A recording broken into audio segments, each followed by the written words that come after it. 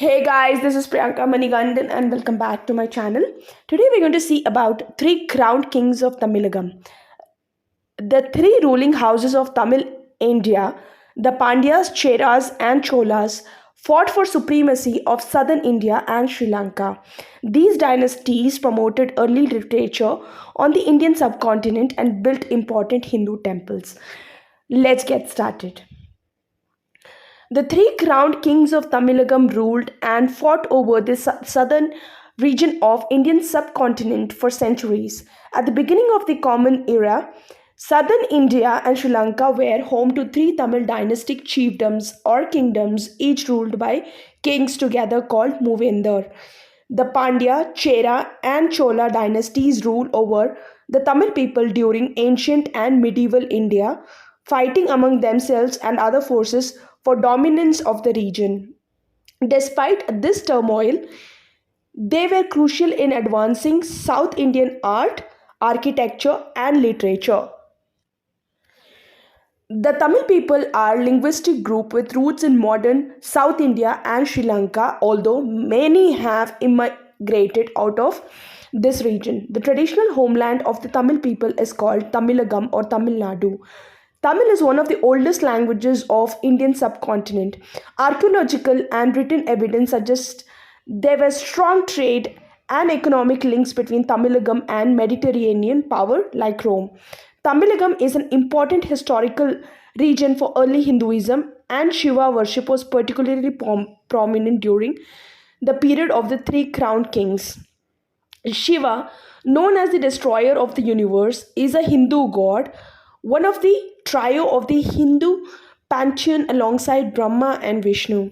Many ancient Tamil were part of the Shaivism sect of Hinduism, worshipping Shiva as their main god.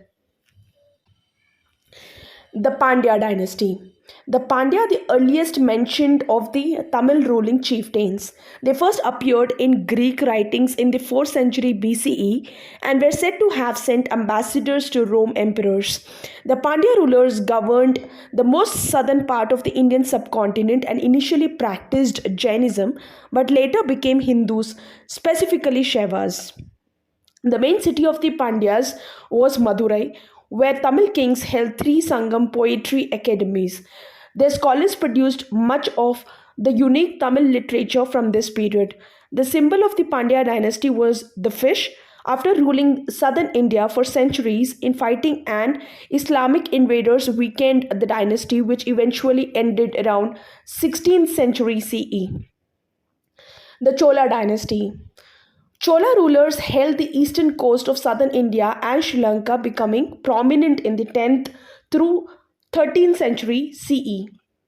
They were based in Kaveri Valley in the cities of Tanjore and Urayur.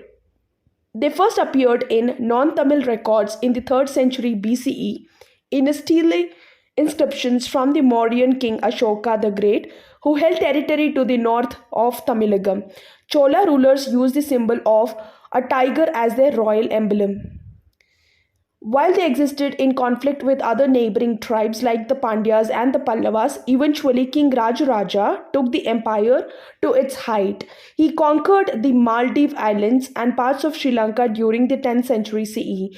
To celebrate his victories and region, he commissioned the Brihadishwar temple at Tanjore, completed in the early 11th century CE. This temple was one of the tallest temples in medieval India at about 60 meters, and it was dedicated to Hindu deity Shiva. Eventually, the Chola dynasty was defeated by the neighboring Pandya dynasty, and the rule of the Cholas ended in 1279. The Chola rulers, like the other Tamil groups, were mostly practitioners of Hinduism. However, other religious groups such as Jainism, Islam, and Buddhism were also found in Tamil society. The Chera dynasty. The Chera chieftains governed the southwestern coast of Tamilagam, reaching their height in the 9th century CE. The first rulers were mentioned in Sangam literature in the 1st century CE. The city of Karur served as their capital. The Chera were known for their jewel and spice trade, and their royal emblem was the bow. The modern district of Kerala draws its name from the Chera dynasty. Legacy of ancient Tamilagam. Writers and poets composed the earliest surviving Tamil literature during this period. Sangam writings were composed in the Tamil language and often featured poems written about royalty and love with both men and women as primary characters. Some of the poems were also composed by women. Sangam writings were supposedly created by the creators of learning in Madurai, part of Pandya territory. The Sangam period began in the 4th century BCE and ended in the 4th century CE. Sangam poems and writings are one of the oldest records of Tamil literature, legends, and language. Tamilakam in southern India and Sri Lanka has a rich history.